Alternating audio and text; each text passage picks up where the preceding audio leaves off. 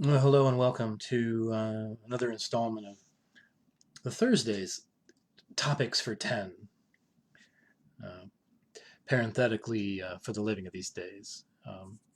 Trying to experiment and trying to give you um, another voice for our Thursday. So that is the edition, Finding Your Voice edition. And that's it's something I encountered today, that question of what is the authentic me? What is the authentic you? How do you find your voice? And we must find our voice. How can you let your greatest passion be expressed in your thoughts, your words, and deeds? How do you find that voice um, to give rise to who you are, who you were created to be in this world? Um, Aside from what the world calls you or what voice the world gives you, you claim your voice. Speak your truth. Be brave, courageous. Take a stand. Speak your truth in the world. When you find your voice, you don't find some new thing inside you. Instead, you find a little more of you. You find a little more freedom to speak, express, to let yourself be heard. You find that your voice isn't anywhere other than inside of you or anyone else than who you are. I found those words uh, comforting as I was exploring that question. And so I'll share this brief blog from Todd Henry, who wrote the book Louder Than Words, Harness the Power of Your Authentic Voice. So Todd Henry writes in this blog 10 questions that will help you find your voice. He writes, since the early days of the Accidental Creative Podcast, which is his podcast, the Accidental Creative Podcast, we've closed off with the phrase cover bands don't change the world. You need to find your unique voice if you want to thrive. He writes, a cover band is a band that plays other people's music, and they often fill music venues and make money. But at the end of the night, people go home singing the music. Cover bands are often quickly forgotten, but the music lives on. This doesn't mean that emulation is always wrong. In fact, emulation is a key part of early growth and development. However, we cannot rely on imitation as a shortcut to success, to discovering who we truly were created to be by God, I would add. If we do, our success will be hollow and without a foundation. In order to add lasting, meaningful value, we must eventually find our own voice. But how do we do that? He asks. What with the pressures and the demands of daily work, it can often be overwhelming simply to deliver on expectations of others, let alone to try to find some unique way of engaging our day. But it's often in the midst of our work that we will find the best clues for our deeper, resonant vocation. And those are close to the vocation, meaning vocare, VOCARE, which means to call or invoke. Our voice is the thing that is being called out of us in the midst of our work.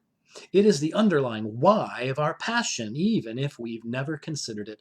We must actively search for our voice and clear a path for it to emerge. It is uncovered, not manufactured. We may not even like what we discover at first, but by embracing it, we will position ourselves to occupy the unique space for which we are wired. And I would add that we are created by God, that imago Dei. We are created in the image of God, and so our voice arises from that wisdom, that Sophia, that spirit of God. He writes, here are a few questions that may help uncover clues to your voice. So set some time, he says, and reflect on these. And I will share these 10 questions. The first question is, what angers you? Every superhero needs a villain. Without one, the superhero has nothing to fight against. So are there specific things that evoke a compassionate anger in you? What wakes you up in the night? key point of differentiation. This is not about road rage or poor service or leaving the seat up.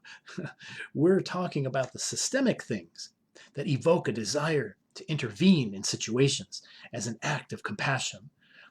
I would add then, is it the deep white supremacist, racist existence in our world that we then, and if we are white people, does it make us angry? Does it move us to find our voice, to speak truth into that, to speak our truth? And if you are someone who is a person of color, of course, that is always bubbling up to find your voice, to also find who God created you to be in that, and that passion. What makes you cry is a second question. Think about the last several instances that caused you to cry. I've noticed that I almost always tear up while watching stories of underdogs who overcome incredible odds. So, what makes you cry?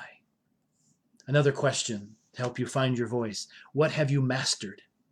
Are there tasks or skills or opportunities that you have simply mastered and could do without thinking? These low friction activities might give you a clue to ways you can continue pursuing your voice. Another question, what gives you hope? What do you look forward to? What great vision do you have for your future or the future of others? Hope is a powerful motivator. Another question, as a child, what did you want to be when you grew up?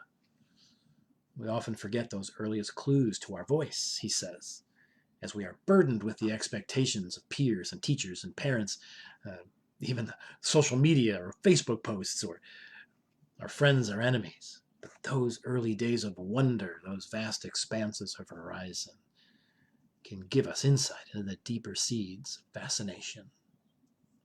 Another question, if you had all the time and money in the world, what would you do? He says, it sounds to me how few people have asked themselves this question, and it astounds me more how few people can arrive at an answer. We believe that a lack of resources is the obstacle to our happiness and fulfillment. But for many of us, the limitation has nothing to do with a lack of money or time.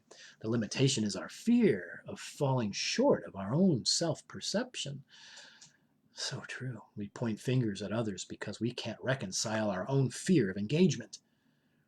We don't think about limitless possibility because we're afraid of what would happen if we were to get it. Another question in Finding Your Voice, he writes, what would blow your mind? Take about an hour to list 40 things that would blow your mind if they happened. You'll get to about 15 before you find it difficult. Keep going. List out everything that would thrill you if it were to happen to you, including relational things or business things, spiritual things, travel, justice things. Many of the things on our list have actually happened, we might find. Another question is, what platform do you own? No need to start over. Build from where you are. What platform do you already have for self-expression? The gifts you already have been given with. You are a child of God, I will add. And in that belovedness is a platform for you to find your voice. The voice of God speaking truth through you. Another question, what change would you like to see in the world? If you could identify a big change that you would like to see before you die, what would it be? What would be different about the world because you lived? And don't be afraid to think big, but be specific. You may not be the one to lead the change, but you may be able to play a significant role in it. Another one, if you had one day left, how would you spend it? If you knew that you would evaporate at midnight, how would you spend your last day on earth? What questions would you ask? Who would you spend time with? What work would you do? Again, this is an interesting way to begin identifying patterns within your passions, your skills, and your experiences. He concludes, we need you. You are not disposable, and your contribution to the rest of us is not discretionary. Do not abdicate your contribution. I love it. I love it. If you do, you will spend the final days of your life wishing you treated your time here with more purpose. So, take the time to resolve to find that voice, the voice for justice, the voice wherever you are. You have a platform, and that platform is your relationship to God. Your platform is love. And so, resolve now to listen to that still small voice within you and couple that with the image of God that you are, and know that you have a contribution to make in this world, however small or however large. Your words have power, not only to change you, but to change the world around you. Let your life speak. So, until we meet again, peace.